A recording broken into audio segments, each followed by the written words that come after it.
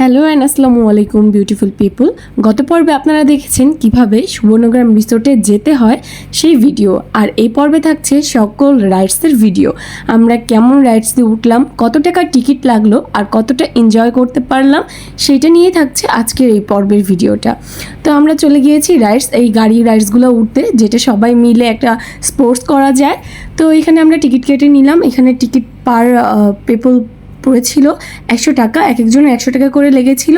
আর আমরা সবাই এখানে যারা যারা গিয়েছিলাম সবাই এখানে টিকিট কেটে নিয়েছিলাম, এটা নিয়ে খুব এক্সাইটেড ছিলাম তাই। আর এখানে ওয়েট করছিলাম যে যারা ওই পাশে খেলছে তাদের খেলার টাইম শেষ হলে আমরা ভিতরে প্রবেশ করব। তো এই রাইডসগুলো নিয়ে আমরা সবাই অনেক বেশি এক্সাইটেড ছিলাম। যাওয়ার পর থেকে আমরা শুধু ঘুরে দেখছিলাম রিসোর্টটা আর ওয়েট করছিলাম যে কখন গিয়ে আমরা রাইডসগুলো এনজয় করব। তো ফাইনালি আমরা এসে পড়েছি সেখানে, আর আমরা সবাই চলে যাচ্ছিলাম। আমি ফোনটা মায়ের কাছে দিয়ে আমরা চলে গেলাম ভিতরে। আর এই গাড়িগুলো যে যার মতো সিলেক্ট করে নিচ্ছিলাম। তো যেই গাড়ির কাছে যাচ্ছিলাম এক একজন করে বসে পড়ছিল, তাই আমি সোজা একটা গাড়ির কাছে চলে গেলাম। আর আমার সাথে সাথে সানজিও সেই গাড়িটা টার্গেট করছিল। তো এক পর্যায়ে আমরা দুজন লড়াই করে আমি গাড়িটা জিতে নিলাম, আরও অন্য একটা গাড়িতে চলে গিয়েছিল। ওকে অনেক ধন্যবাদ আমাকে এই সুযোগটা দেওয়ার জন্য। আর এখানে আমরা গাড়িতে বসে পড়েছি। প্রত্যেকটা গাড়িতে দুজন করে বসতে পারবে, মানে একটা বাচ্চা সহ তার গার্ডিয়ান বসতে পারবে। তো সবাই মোটামুটি বাচ্চা নিয়ে বসেছে। জায়নের বাবা জায়ন একটা বসেছে, সানজি মাদিনা একটা বসেছে, রাফি ভাইয়া আজকে একটা বসেছে, আর আমি একা একটা বসেছি, জান্নাত একটা, ইফা একটা, আর জয় একটা, আর জয়ের মামা আরেকটায়। তো আমরা খেলা প্রথমে বুঝতে পারছিলাম না কিভাবে স্টার্ট করতে হয়।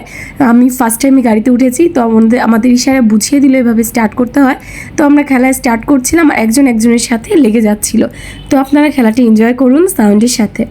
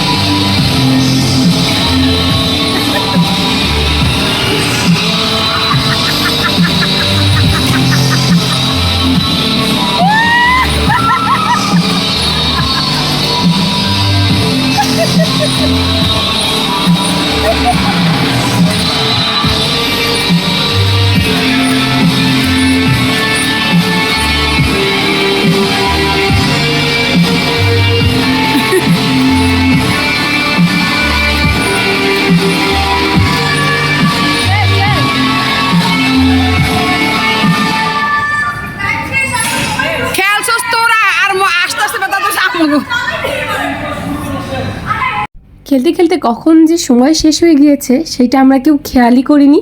তো গাড়ি স্টপ হয়ে যাওয়ার পরও আবার গাড়ি চালানো ট্রাই করছিলাম, পরে বুঝতে পারলাম যে না, আমাদের খেলার টাইম শেষ হয়ে গিয়েছে। তো সবাই নেমে চলে গেলাম। এই খেলাটা আমরা সবাই অনেক বেশি এনজয় করেছিলাম, মনে হচ্ছিল বাচ্চাদের সাথে আমরাও বাচ্চা হয়ে গিয়েছি আর আমরা আমাদের ছোটবেলায় ফিরে গিয়েছি। যেমনটা ওই যে শিশু পার্কে আমরা খেলা করতাম তেমনই লাগছিল।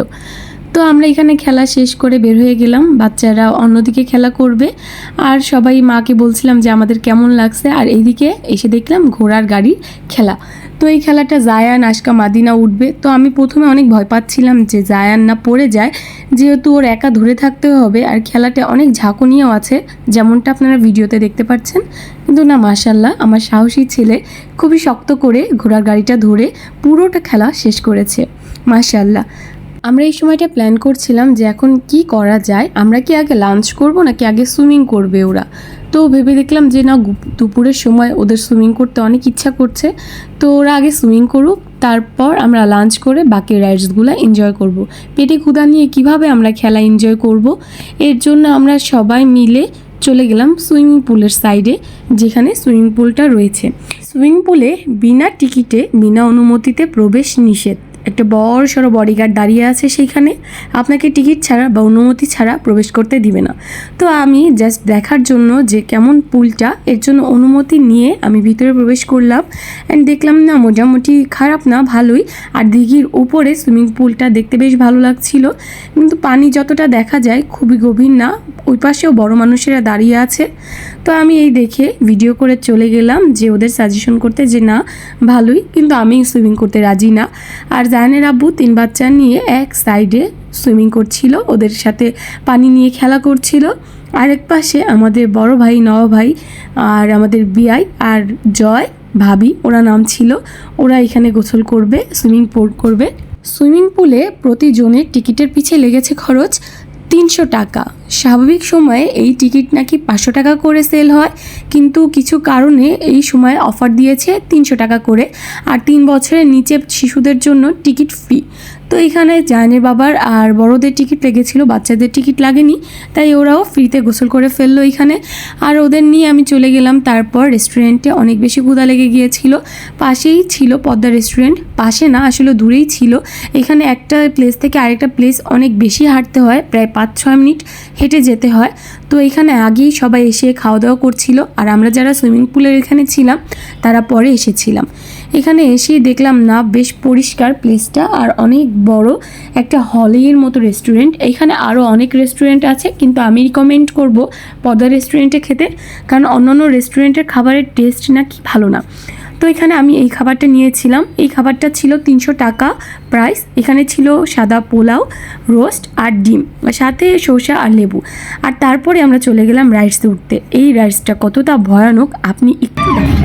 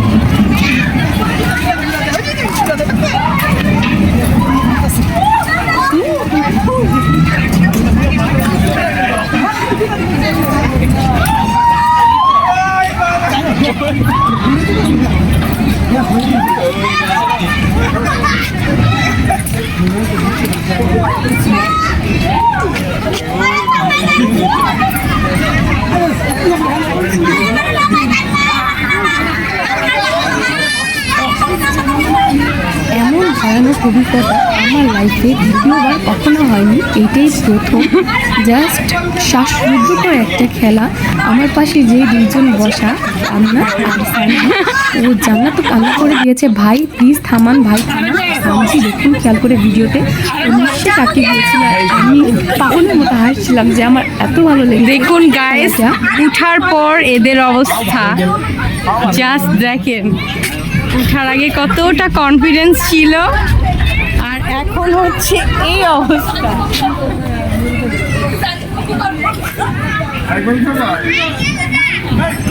সানজিপুর তো অবস্থা অনেকই বাজে, জান্নাতেরও, শুধুমাত্র সাদিয়া ঠিক আছে। তো এরকম একটা ভয়ানক রাইডসের পরই আমরা আরেকটা ভয়ানক রাইডসে চলে গেলাম, আর যেটাও ছিল অনেক বেশি মজার। আপনারা ভিডিওতে দেখে বুঝতে পারছেন না এটা আসলে কেমন মনে হয়, কিন্তু এটা মনে হচ্ছিল আমি হয়তো এই পাশ থেকে পড়ে যাব বা ওই পাশ থেকে পড়ে যাব বা পিছের বিল্ডিংয়ে গিয়ে বাড়ি খাবো, এমন একটা রাইডস। এটা নাম ছিল জাদুর কার্পেট, ম্যাজিক কার্পেট। তো অনেক বেশি এনজয় ছিল এটা, অনেক মজা লেগেছে এটা উঠে।